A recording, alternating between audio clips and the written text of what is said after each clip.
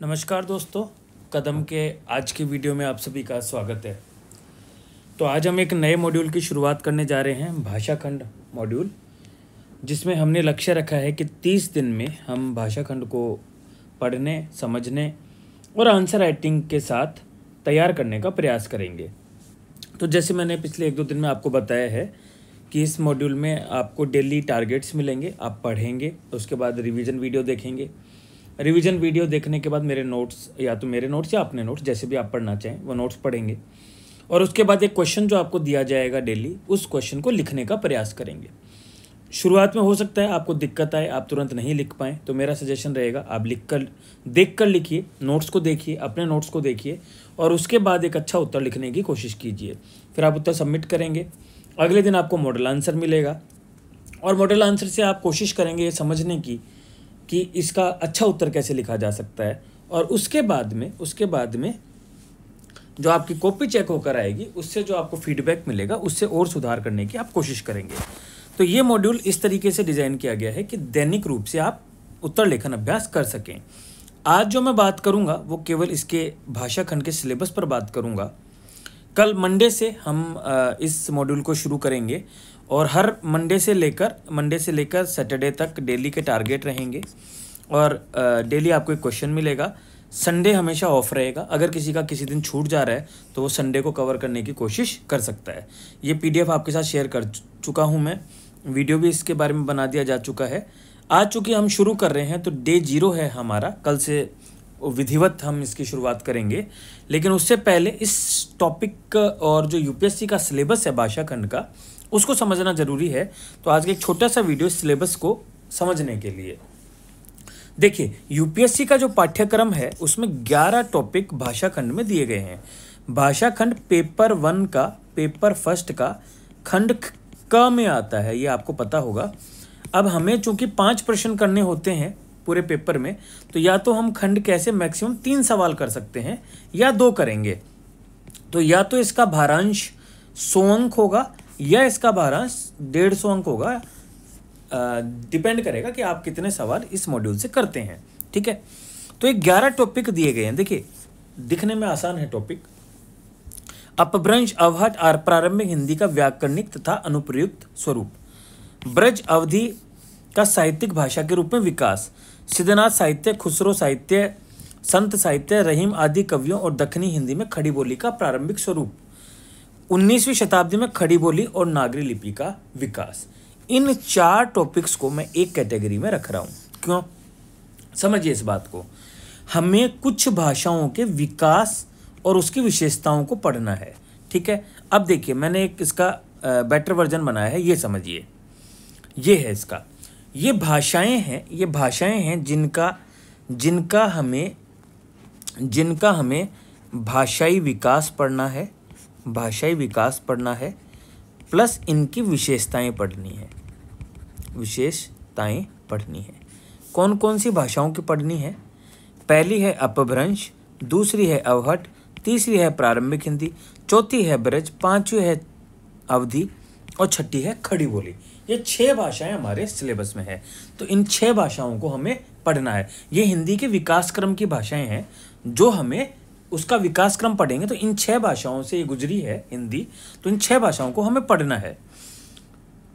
ठीक है, दोबारा देख लीजिए। अपभ्रंश, अवहट, प्रारंभिक हिंदी, ब्रज और अवधि, फिर खड़ी बोली। ठीक है, फिर खड़ी बोली। क्लियर है? अब खड़ी बोली का जो विकास है वो स्पेसिफिकली दिया गया है कि सिद्धनाथ साहित्य, खुसरो साहित्य, संत साहित्य, रहीम आदि कवियों और दक्षिणी हिंदी।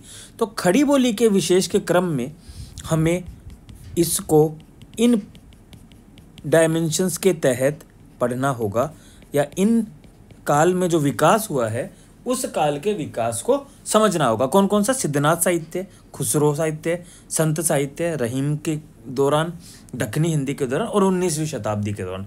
किसका? खड़ी बोली का। तो भाषाएं तो 6 ही हैं, लेकिन खड़ी बोली विशेष कर में 6 डायमेंशंस हमको पहले से ही दिए गए हैं। तो ये तो शुरू के 4 टॉपिक हुए जो हमें इस तरीके से पढ़ने हैं। क्लियर है सबको? फिर आता है उसके बाद जो हमारा हिंदी साहित्य है, जो हमारा हिंदी है, हिंदी पे भी कुछ टॉपिक दिए गए हैं। तो हमें फिर दो का विकास और पढ़ना है। एक है हमारा हिंदी भाषा और दूसरा है हमारा नागरी लिपि। इसका हमें मानकीकरण पढ़ना है और विकास पढ़ना है। तो हिंदी भाषा में कौन कौन से डायमेंशन पढ़ने हैं और नागरी लिपि में कौन कौन से डायमेंशन पढ़ने हैं, ये हमें देखना होगा। तो हिंदी में देखिए क्या क्या करना है। हिंदी में हमें हिंदी भाषा का मानकीकरण पढ़ना है, मानक हिंदी की व्याकरणिक संरचना समझनी है, स्वतंत्रता आंदोलन में राष्ट्रभाषा के रूप में विकास को समझना है, इसका राजभाषा के रूप में विकास को समझना है, वैज्ञानिक और तकनीकी विकास को समझना है, इसकी बोलियों को समझना है और उसके साथ इसके परस्पर संबंध को समझना है। तो हिंदी भाषा के संदर्भ में हमारे 1, 2, 3, 4, 5 और 6 और 7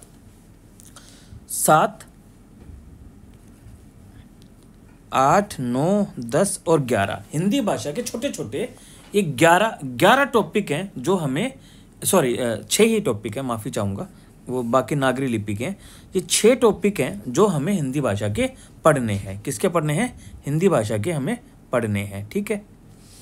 फिर हमें अब हिंदी भाषा जिस लिपि में लिखी जाती है वो नागरी लिपि है। नागरी लिपि का विकास और विशेषताएं पढ़नी है।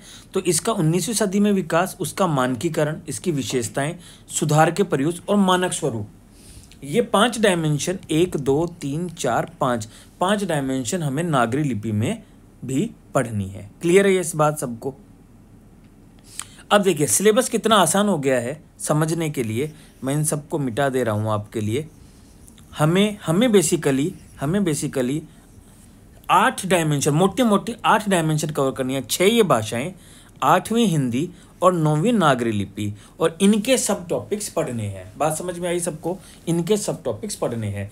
ये थोड़ा सा घुमा फिरा के सिलेबस बनाया गया है, हालांकि वही है, पर इस तरह से एक सिस्टमेटिक तरीके से मैंने सिलेबस को आपके लिए तोड़ दिया है। अपभ्रंश, अवहट, प्रारंभिक हिंदी, ब्रज, अवधि, खड़ी, इसी क्रम में हम पढ़ेंगे।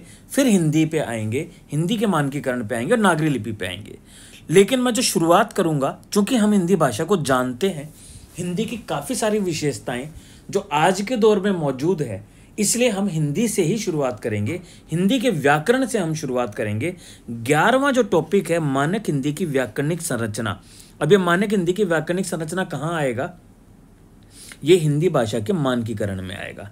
किस में आएगा? हिंदी भाषा के मानकीकरण में आएगा, है ना। मानक हिंदी की व्याकरणिक संरचना, मानक हिंदी की व्याकरणिक संरचना, ये वाला जो टॉपिक है इससे हम शुरू करेंगे, क्योंकि हिंदी को हम जानते हैं, हिंदी की संज्ञा जानते हैं, सर्वनाम जानते हैं, क्रिया जानते हैं, वो जानते। तो एक छोटा सा क्विक रिवीजन, ताकि चीज़ें ब्रशअप हो जाएं, और उसके बाद फिर हम अपभ्रंश, अवहट, ऐसे क्रम से चलते हुए सारे टॉपिक्स को कवर करेंगे। शेड्यूल आपके इसके ऊपर उपलब्ध है टेलीग्राम पे, तो आप वहाँ से ले सकते हैं और इन टॉपिक्स को एक एक करके हम रिवीजन करेंगे। शेड्यूल पूरा एक साथ अवेलेबल है, तो जितना डेली का टारगेट हो उतना आप अपने आप पढ़िए पहले, फिर रिवीजन वीडियो देखिए और आपको फिर क्लैरिटी आ जाएगी। तो ये 11 टॉपिक का लक्ष्य अपने 31 दिनों का है, जो आपके परीक्षा में मिनिमम तो 100 और अधिकतम 150 अंक को कवर करेंगे आउट ऑफ 500।